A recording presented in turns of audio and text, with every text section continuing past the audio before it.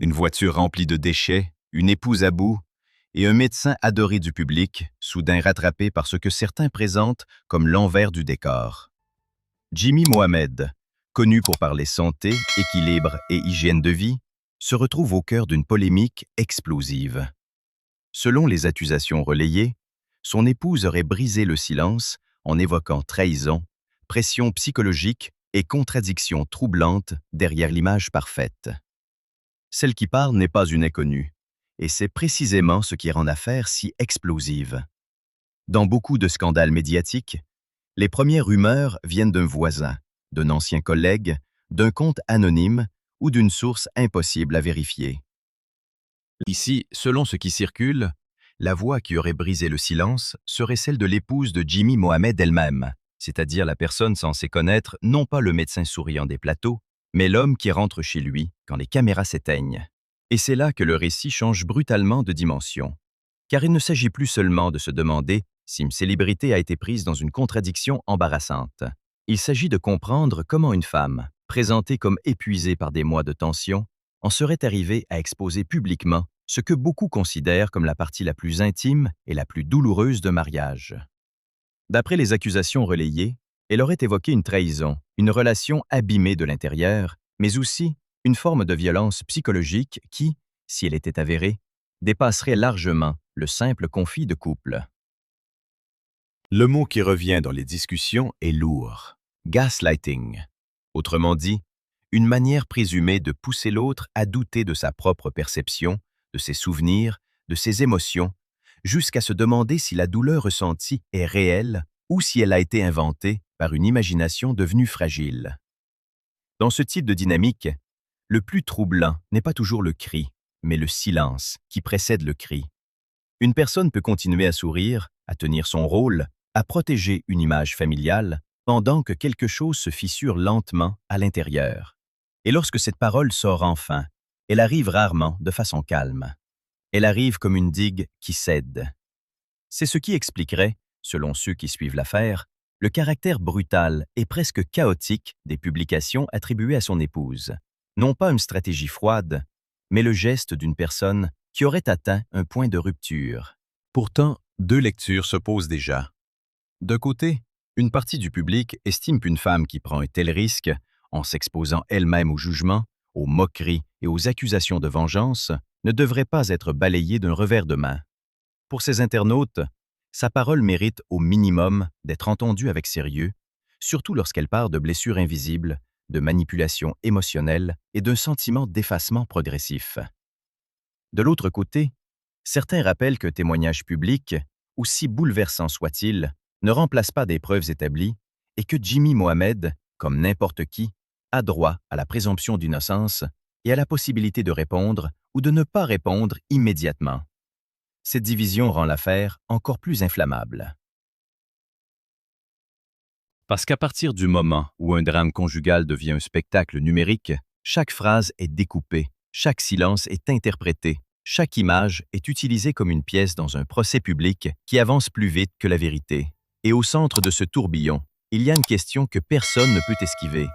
Pourquoi une épouse aurait-elle choisi de rompre ainsi le silence, au risque de faire exploser non seulement l'image de son mari, mais aussi les derniers morceaux de sa propre vie privée?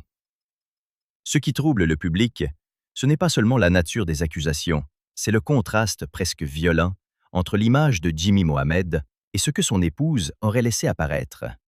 Depuis des années, il est perçu comme ce médecin accessible, capable de transformer des sujets médicaux complexes en conseils simples, rassurants, presque familiaux. Il parle d'équilibre, de prévention, de santé mentale, d'alimentation, de sommeil, de petits gestes qui améliorent la vie quotidienne. Pour beaucoup de Français, il n'est pas une star lointaine. Il ressemble plutôt à ce professionnel qu'on écoute parce qu'il semble sincère, moderne, proche des gens. C'est justement cette proximité qui rend la polémique si délicate. Quand un chanteur ou un acteur est accusé de contradictions privées, le public peut parfois séparer plus facilement l'artiste et l'individu. Mais quand une personnalité construit sa notoriété sur la confiance, la bienveillance, la pédagogie et l'idée de prendre soin des autres, toute accusation touchant à la sphère intime devient immédiatement plus lourde. Selon les reproches attribués à son épouse, l'écart serait immense entre le discours public d'un homme qui invite chacun à se respecter et une vie conjugale décrite comme marquée par la pression, le doute et l'épuisement moral. Rien, à ce stade, ne permet de transformer ces accusations en vérité judiciaire. Mais dans l'opinion, une image suffit parfois à faire vaciller un récit soigneusement construit. Et justement, un détail aurait frappé les internautes plus que tout le reste. L'intérieur d'une voiture, présentée comme appartenant à Jimmy Mohamed, rempli de déchets, d'emballages alimentaires, de traces de pizza surgelées, de soda et de produits très éloignés de l'hygiène de vie habituellement associés à ces interventions publiques. Ce détail peut sembler secondaire, presque ridicule face aux accusations plus graves. Pourtant, dans l'imaginaire collectif, il est devenu un symbole.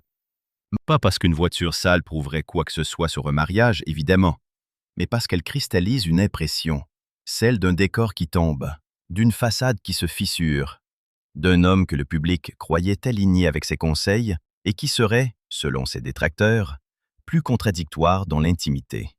Là encore, deux camps se forment.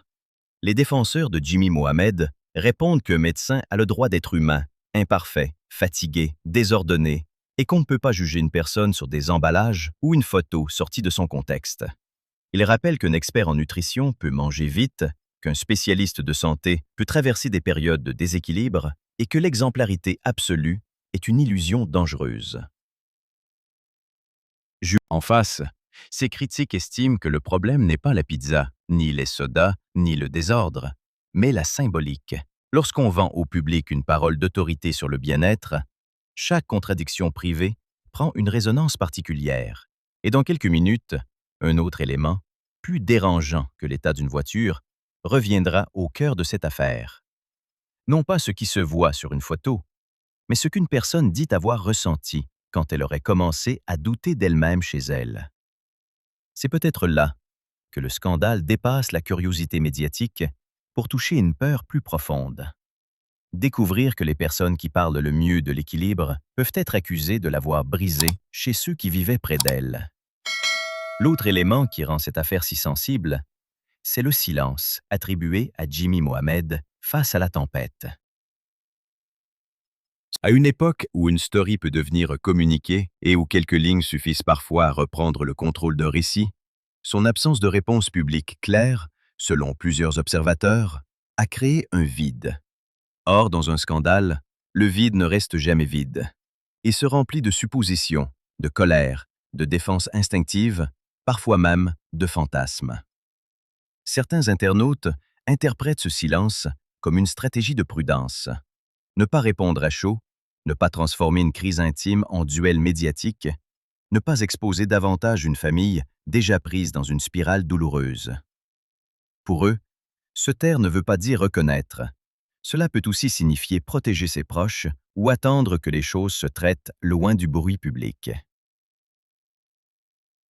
Mais à l'opposé, d'autres estiment que ce silence rend les accusations plus lourdes encore, parce qu'il laisse l'épouse seule avec sa parole, seule face aux critiques, seule face à ceux qui l'accusent d'exagérer ou de vouloir détruire une réputation. C'est précisément cette ambiguïté qui alimente la machine médiatique. Quand une personnalité publique ne parle pas, le public parle à sa place. Chaque ancienne interview est ressortie. Chaque conseil sur l'équilibre émotionnel est relu avec suspicion. Chaque apparition télévisée devient un décor que l'on observe autrement. Ce qui hier paraissait rassurant, plus soudain semblait calculé. Ce qui semblait naturel peut être soupçonné de n'être qu'une posture. Il faut pourtant rester prudent. L'image médiatique n'est jamais une preuve, ni dans un sens, ni dans l'autre. Un homme calme à l'écran n'est pas forcément irréprochable dans sa vie privée, mais un homme accusé publiquement n'est pas automatiquement coupable non plus. Le tribunal de l'opinion fonctionne rarement avec la lenteur nécessaire à la nuance. Il réclame des réponses immédiates à des questions intimes, parfois impossibles à résoudre devant des millions de spectateurs. Et dans cette affaire, deux récits se font face. Le premier raconte une femme qui aurait enfin trouvé le courage de nommer une douleur longtemps étouffée, faite de trahison présumée et de confusion intérieure. Le second raconte un homme public dont la réputation serait peut-être attaquée dans un moment de crise conjugale, sans que toutes les pièces du dossier soient connues. Entre ces deux récits, il y a un public qui cherche un coupable, un héros, une victime, une explication simple. Mais les histoires de couple, surtout lorsqu'elles touchent à la manipulation psychologique supposée, ne sont presque jamais simples. Elles se construisent dans des détails invisibles. Une phrase répétée trop souvent, un reproche déguisé en conseil, une version des faits imposée jusqu'à ce que l'autre n'ose plus faire confiance à son propre jugement. C'est pour cela que le mot gaslighting frappe autant. Il ne désigne pas seulement une dispute, il évoque une érosion mentale progressive, difficile à prouver, difficile à raconter, mais destructrice lorsqu'elle existe. Et si cette accusation reste à prendre avec toutes les précautions nécessaires, elle explique pourquoi cette affaire dépasse la curiosité autour de mariages en crise. Car au fond, le public veut savoir si l'homme qui enseignait l'équilibre aux autres aurait pu, selon les accusations, laisser le déséquilibre s'installer au cœur même de son foyer. Pour comprendre pourquoi le choc est aussi fort, il faut revenir sur ce que Jimmy Mohamed représente pour une partie du public. Avant cette polémique, il n'était pas seulement identifié comme un médecin médiatique. Il était devenu une passerelle entre le monde médical, souvent perçu comme froid ou compliqué, et la vie réelle des gens.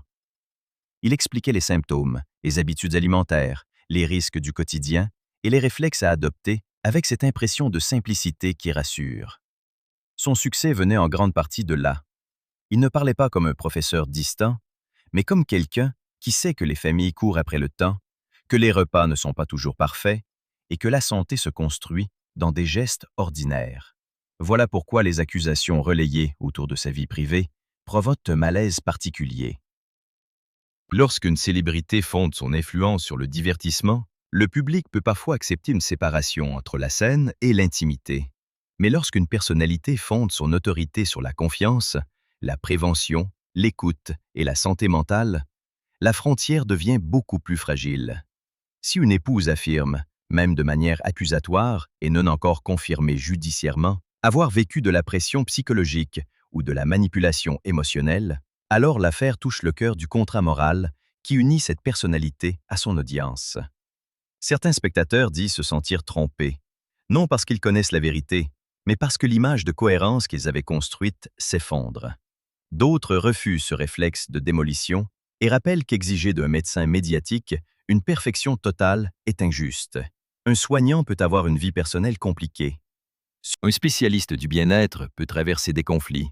Un homme public peut être imparfait sans que toute son expertise médicale devienne automatiquement suspecte. Cette nuance est essentielle, car mélanger compétences professionnelles et accusations intimes peut conduire à des jugements trop rapides. Pourtant, il serait naïf d'ignorer la dimension symbolique. Dans l'économie de l'influence, la réputation ne repose pas seulement sur les diplômes. Elle repose aussi sur une impression de cohérence personnelle. Quand quelqu'un conseille aux autres de prendre soin d'eux, le public s'attend à ce que cette personne incarne une partie de ce qu'elle prêche. Et c'est là que le scandale devient un miroir plus large de notre époque. Les réseaux sociaux fabriquent des figures de confiance à une vitesse impressionnante, puis les soumettent à une surveillance permanente.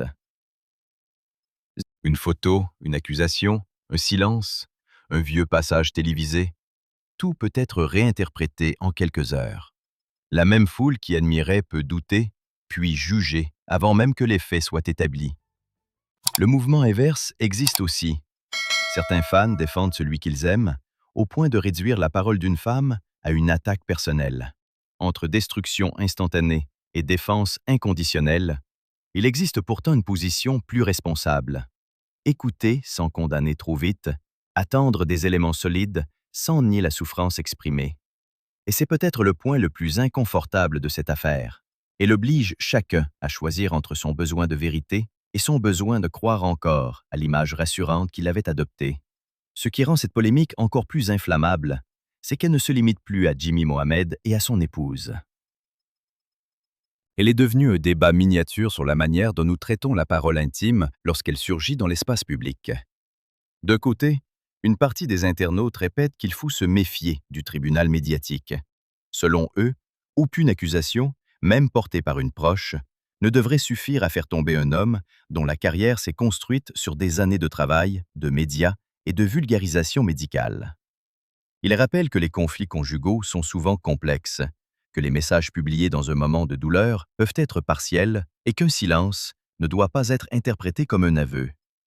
Pour ce camp-là, la prudence est une question de justice. On ne peut pas demander des preuves pour les inconnus, puis les oublier dès qu'il s'agit d'une personnalité connue.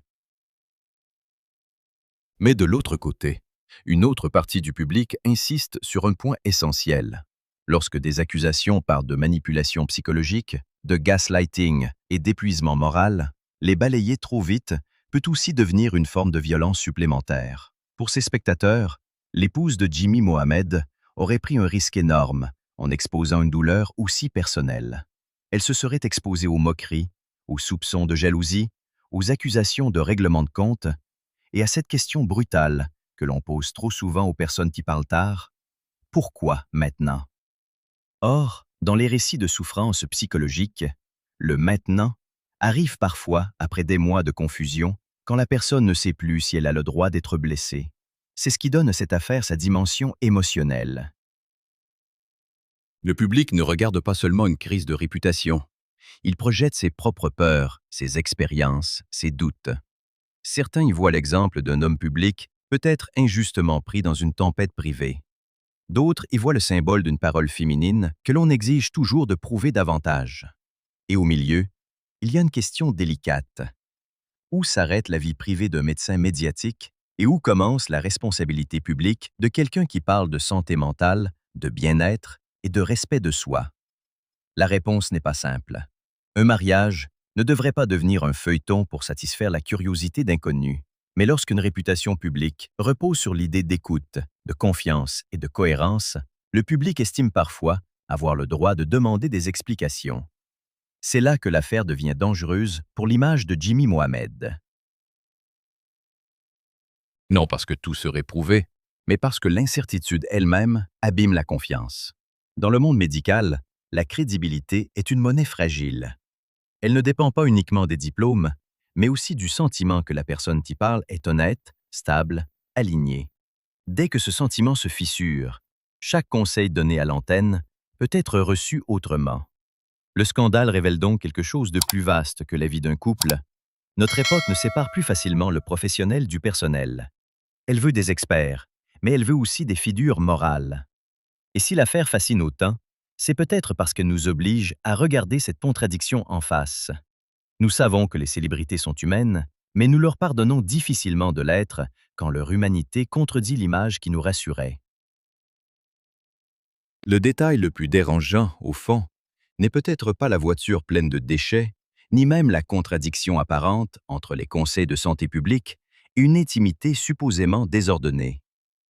Le véritable choc, celui qui reste après le bruit des réseaux sociaux, c'est l'idée qu'une image de confiance puisse cacher une histoire de solitude. Selon les accusations attribuées à son épouse, ce qui aurait fini par la briser ne serait pas seulement une trahison présumée, mais cette impression d'avoir été conduite à douter d'elle-même, à se demander si elle dramatisait, si elle inventait, si elle était réellement légitime dans sa souffrance. Et c'est précisément là que la révélation annoncée plus tôt prend son sens. Le détail le plus troublant n'est pas matériel, il est psychologique. Ce n'est pas ce que l'on voit dans une voiture, c'est ce qui peut se passer dans une tête quand la personne en face, surtout une personne admirée, intelligente, respectée, maîtrise parfaitement les mots. Dans l'imaginaire du public, Jimmy Mohamed est associé à la pédagogie, à la clarté, à la capacité d'expliquer calmement ce que beaucoup ne comprennent pas. Mais si les accusations de gaslighting étaient un jour confirmées, cette même maîtrise du langage prendrait une dimension beaucoup plus sombre. Encore une fois, rien ne permet ici d'affirmer que cette lecture est la vérité complète. Mais c'est l'hypothèse qui hante les commentaires.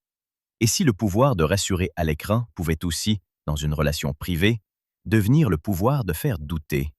C'est cette question qui transforme la polémique en crise symbolique. Car un scandale d'infidélité, aussi douloureux soit-il, peut parfois être rangé par le public dans la catégorie des drames personnels. Mais une accusation de manipulation mentale touche à quelque chose de plus profond, la confiance accordée à la parole d'un homme dont le métier consiste justement à guider, expliquer, apaiser. Pour ses défenseurs, il est injuste de bâtir un récit aussi grave à partir d'éléments encore contestables et d'une parole publique chargée d'émotions. Ils demandent du recul, des faits, une réponse équilibrée, et rappellent que les réseaux sociaux amplifient tout, surtout ce qui détruit.